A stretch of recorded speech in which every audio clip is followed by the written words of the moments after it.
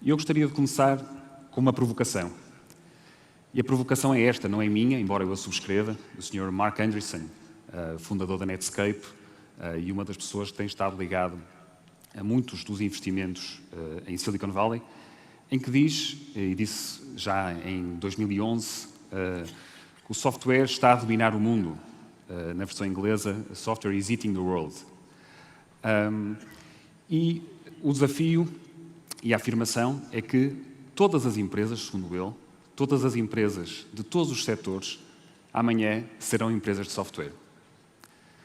Se acham que isto é um exagero, eu trago-vos 3 perspectivas para ajudar a perceber que, se calhar, esta opinião não é tão descabida quanto isso. Começava por mostrar um gráfico que é conhecido, que tem que ver com a percentagem de vendas, a evolução das vendas de comércio eletrónico e a percentagem face ao valor global. Em 2017 já estamos com 10% de comércio eletrónico face ao valor global e esse valor chegará a 14,6% em 2020, para um valor que se estima superior a 4 trilhões. Estamos a falar de trilhões americanos, na nossa nomenclatura, bilhões. Para além disso, em muitos dos países, mais de metade destas compras de e-commerce já são feitas recorrendo a dispositivos móveis, telemóveis e tablets. Uma segunda perspectiva diz respeito à quantidade de software que nós temos hoje nos nossos produtos do dia-a-dia. Se há umas dezenas de anos nós tínhamos a Space Shuttle com qualquer coisa com 1,8 milhões de linhas de código, portanto, linhas de código que mede a quantidade de software, um telemóvel Android com que nós andamos hoje tem cerca de 12 milhões de linhas de código, o Facebook, 62, e um automóvel moderno, que nem sequer precisa de ser um automóvel de topo de gama, um automóvel moderno tem hoje qualquer coisa como 100 milhões de linhas de código. Portanto, o que está a acontecer aqui é que a parte do software está a ter uma importância cada vez maior, à medida que os componentes mecânicos, os componentes eletrónicos, se transformam mais em commodities. Uma terceira perspectiva diz respeito à disrupção que nós vemos por todo o lado, ligadas às empresas tecnológicas. Um exemplo que aqui está, a Airbnb é a maior empresa de arrendamento do mundo e não tem propriedades próprias. A Uber é a maior empresa de transportes do mundo e não tem frotas. O Instagram, a maior empresa de fotografia do mundo e não vende câmaras, máquinas digitais. Para dar mais alguns exemplos, o Alibaba, que hoje é maior do que a Amazon, a Alibaba é a maior empresa de retalho do mundo e não tem qualquer nível de estoques. E, enfim, são muitos os exemplos. Por exemplo, a Netflix, que é a empresa com maior crescimento na área de televisão e não tem qualquer infraestrutura de televisão que leve aos consumidores. Um outro exemplo, LinkedIn, que hoje pertence à Microsoft, é a maior empresa de recrutamento do mundo e não faz uma única entrevista de recrutamento. Portanto, o que se passa aqui, e como já perceberam, é que haverá disrupção em praticamente todos os setores da economia. Todos, sem exceção. A questão, nos vossos setores, não é se vai haver essa disrupção, mas quando é que ela vai acontecer. E saber também qual será a próxima. Por exemplo, na área de construção, onde temos hoje pontes e outras infraestruturas a serem automaticamente construídas recorrendo à impressão 3D. Exemplos, por exemplo, do agroindustrial, onde podemos ter drones, podemos ter tratores autoguiados, culturas inteligentes baseadas em dispositivos IoT. Por exemplo, o setor da banca e seguros, onde ouvimos há bem pouco tempo o Governador do Banco de Portugal alertar para esta possibilidade. O que é que acontecerá à banca e aos seguros se os gigantes como a Google ou a Amazon se resolverem dedicar a estes setores? Setores, por exemplo, em que, como a educação, onde podemos ter uma oferta personalizada, oferta essa personalizada que, por exemplo, na área da saúde ainda poderá ser mais impressionante, porque podemos vir a ter, dentro de relativamente pouco tempo, baseados no ADN individual, medicamentos que são feitos especificamente para nós, de acordo com a nossa informação genética. Portanto, tudo isto é verdadeiramente impressionante e está a acontecer. Por fim, a parte industrial. A parte industrial e a Revolução Industrial e a Quarta Revolução Industrial, ou Indústria 4.0, tem tido imensa atenção mediática E basicamente porque existe um conjunto de tecnologias que estão hoje prontas a estar em funcionamento no ambiente industrial e depois por todo o impacto económico que vai criar. Eu vou fazer um exercício de futurologia na área da indústria. Eu gosto muito desta frase do Sr. Niels Bohr, cientista, que diz que a previsão é muito difícil, em especial quando é sobre o futuro. De qualquer maneira, eu vou fazer um bocadinho um exercício de zandinga industrial e vou começar por escrever como será uma fábrica do futuro. Uma fábrica do futuro vai começar, em primeiro lugar, pelo cliente. O cliente que hoje exige produtos completamente personalizados. E já não estamos a falar só de um conjunto de pequenas variantes de cor e de materiais relativamente aos componentes ou aos produtos, mas estamos a falar de diferentes formas, estamos a falar de produtos que são completamente adaptados à nossa realidade e, se calhar, à medida que estamos a fazê-lo, recorrendo a um computador ou um telemóvel, podemos ver imagens holográficas no futuro daquilo que estamos a fazer. A partir do momento em que um cliente decide, com base numa configuração destas, comprar um produto, o que vai acontecer é que há uma cadeia de abastecimento que se vai auto-organizar. As empresas vão organizar-se através de marketplaces globais. E há aqui dois efeitos extremamente importantes no componente industrial. A primeira é que as fábricas vão deixar de ser fábricas de produtos. As fábricas vão passar a fornecer passos de fabrico, passos de transformação de fabrico, tempo de maquinação. Estamos a falar de um movimento chamado Manufacturing as a Service. O segundo aspecto, que é muito importante no contexto industrial também, é que, com base numa auto-organização deste tipo e com produtos cada vez mais únicos, vai deixar de fazer sentido as grandes fábricas que estão do outro lado do mundo recorrendo à mão de obra barata. E há uma tendência para uma colocalização das fábricas. Significa que as fábricas vão ficar cada vez mais próximas dos consumidores finais. Dentro de uma fábrica, o que permite esta revolução é a Internet das Coisas, ou Internet of Things em meio industrial, chamado IoT. São estes chips eletrónicos cada vez mais pequenos, cada vez mais baratos e cada vez mais potentes, que vão ser suficientemente baratos e flexíveis para poderem ser anexados a qualquer produto dentro de uma fábrica. O que é que isto significa? Significa que este chip vai receber toda a informação das especificações do produto que o cliente escolheu e, a partir daqui, este produto vai ser anexado, este chip vai ser anexado a um produto que ainda não existe, mas que vai controlar a sua própria produção. Este produto é um produto inteligente, o que se chama um sistema ciberfísico. E este produto tem capacidade de sensorização, mede temperatura, pressão, vibração, contagens, etc. Tem capacidade de processamento, é um computador autêntico. Tem capacidade de comunicação, vai passar a dar essa informação a toda a fábrica. E, para além do mais, é responsivo, ou seja, consegue mudar o seu comportamento mediante estímulos externos.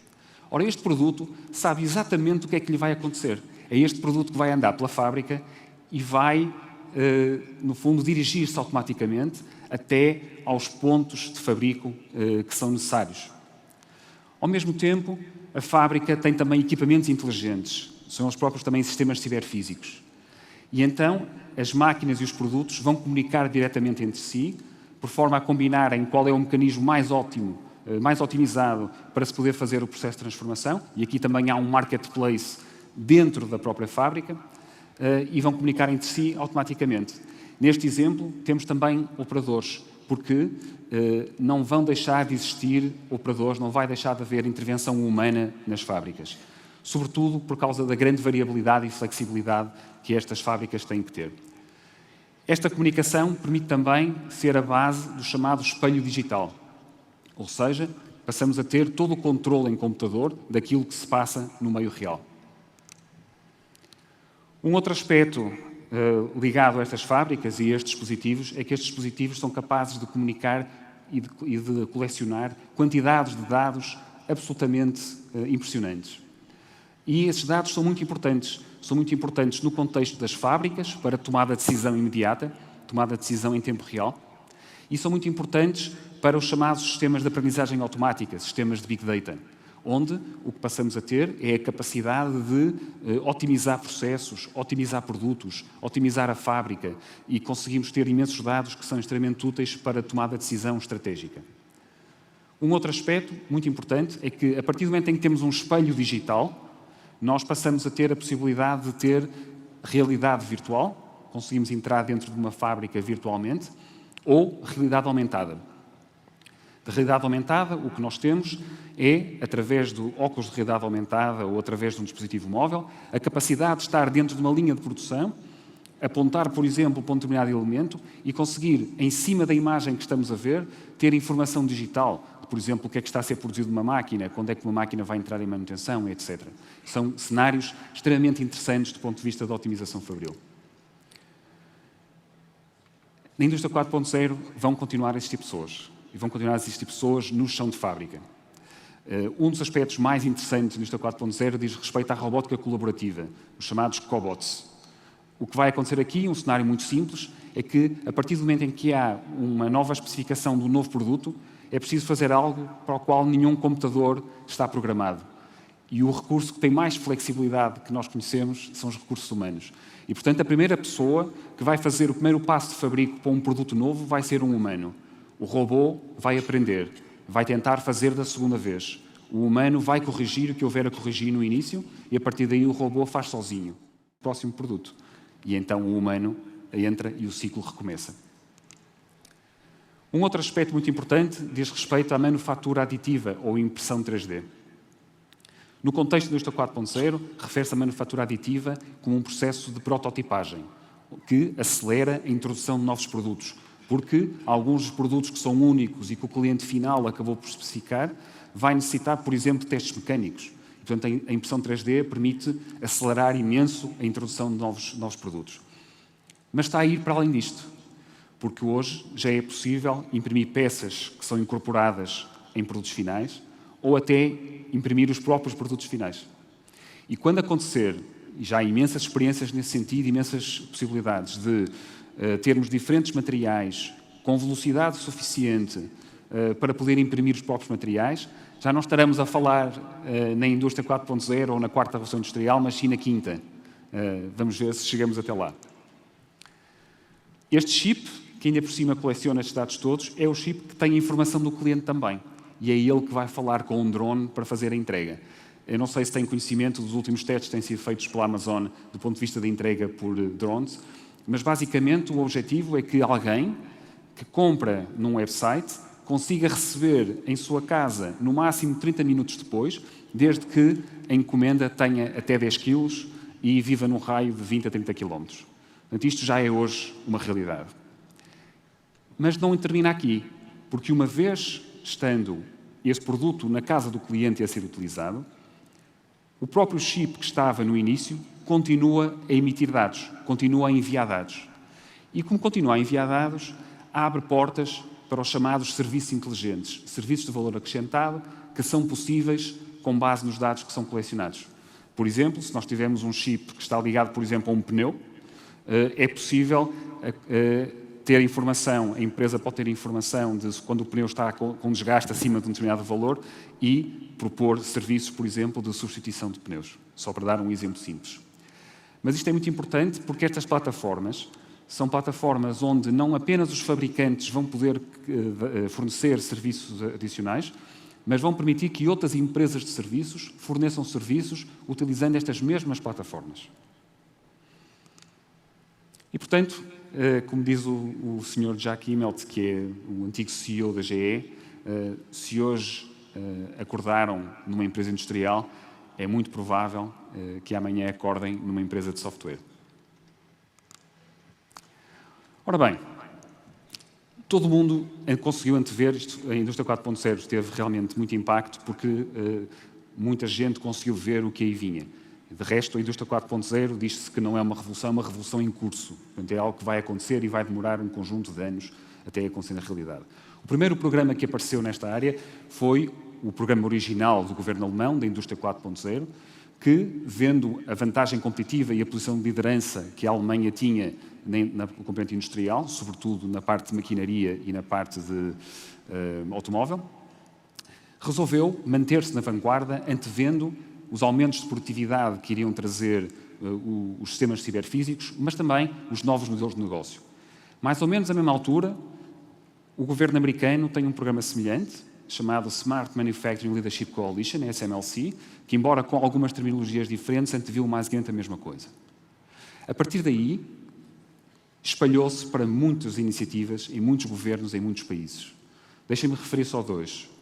Um, que é um programa de uma envergadura invulgar, que é o Made in China 2025, que é um programa que antevê um investimento, do ponto de vista de financiamento, de 45 mil milhões, sendo que 1,5 mil milhões diretamente a fundo perdido durante 4 anos. Portanto, estamos a falar de um programa de uma dimensão bastante impressionante.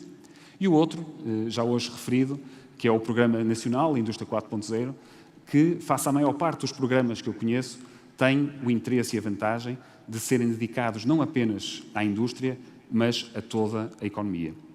Aliás, nos próprios grupos de trabalho, eu participei num grupo de trabalho ligado à indústria automóvel, eram 4 inicialmente, um ligado à indústria automóvel, outro turismo, outro de retalho e outro agroalimentar, com a perspectiva realmente de alargar toda esta revolução da indústria a todos os setores da economia num movimento de digitalização da economia como um todo.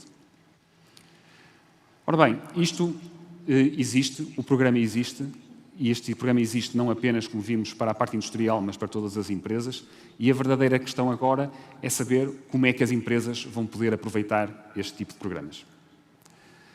E eu tenho boas e más notícias. A boa notícia é que a única coisa que é preciso é estratégia. É talvez o aspecto mais importante. As más notícias é que são as próprias empresas que têm de definir a estratégia. Ou seja, essa estratégia não se compra. Não é possível pedir uma empresa de consultoria para fazer esta estratégia. Tem que ser as próprias empresas. Só as próprias empresas é que conseguem perceber se, com a digitalização adicional dos seus processos, vão conseguir aumentar a produtividade, se vão conseguir aumentar a qualidade dos seus produtos e dos seus processos, se vão conseguir a flexibilidade necessária para a introdução de novos produtos ou novos serviços, se vão conseguir, através de novas plataformas, abranger uma base de clientes muitíssimo superior àquela que têm hoje, se vão conseguir alterar e modificar e introduzir novos planos de negócio com base em áreas novas que possam vir a aparecer.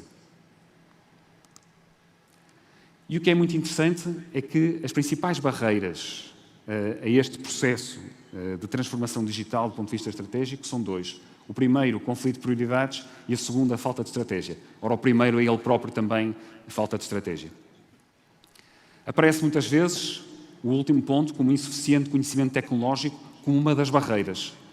E é muito vulgar, eu tenho ouvido vários gestores de diferentes áreas a dizer que o problema são a capacidade dos recursos humanos, sobretudo no contexto empresarial, que são os operadores fabris que não estão adaptados às novas tecnologias. Ora, quando eles provavelmente usam smartphones todos os dias.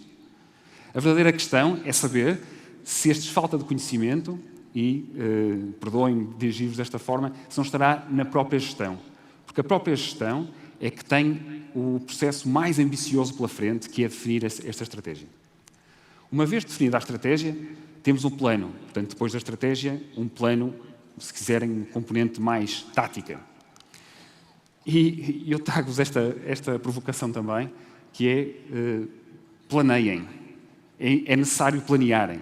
É necessário saber que ações é que podem ser feitas hoje, que ações é que têm que ser feitas mais tarde, e podem ser feitas mais tarde por diferentes razões, porque não há tecnologia suficiente para algumas das coisas que definiram do ponto de vista estratégico. Podem ser importantes em diferentes perspectivas questões de maturidade da própria empresa. A empresa pode não estar preparada ou pode haver questões de financiamento. De qualquer maneira, é importante perceberem alguns números que tenho aqui. Empresas que baseiam as suas decisões em dados têm 23 vezes mais possibilidades de angariar novos clientes. São 2,7 milhões, até 2020, os empregos relacionados com as áreas de Data Science e Analytics.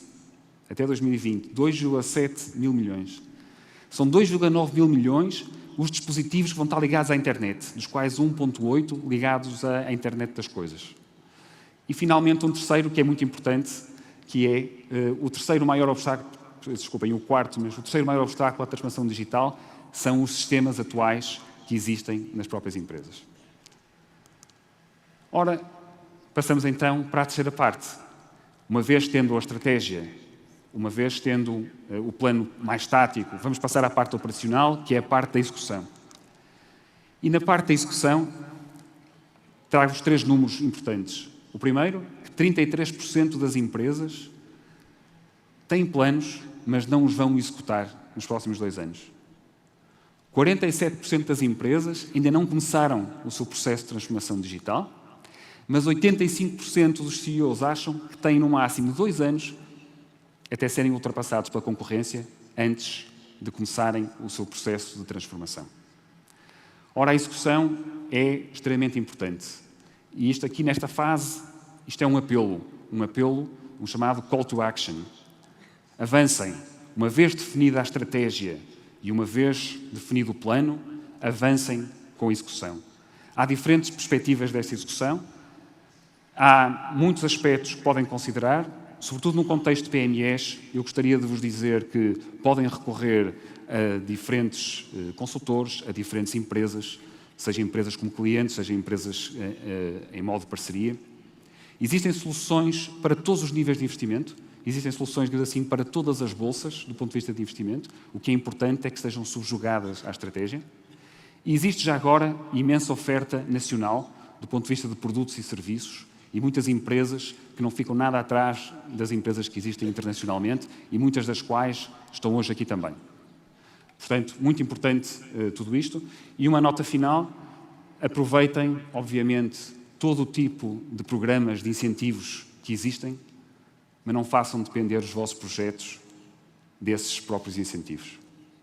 Eu finalizava com uma frase do Mário Andretti: se tudo parece sob controle, então é porque não estão a andar à velocidade suficiente. Nem tudo vai correr bem durante o vosso processo, mas o que é importante é que se mantenham resilientes no que é a vossa estratégia, no que é o vosso plano de ação e no que é a vossa execução. Muito obrigado.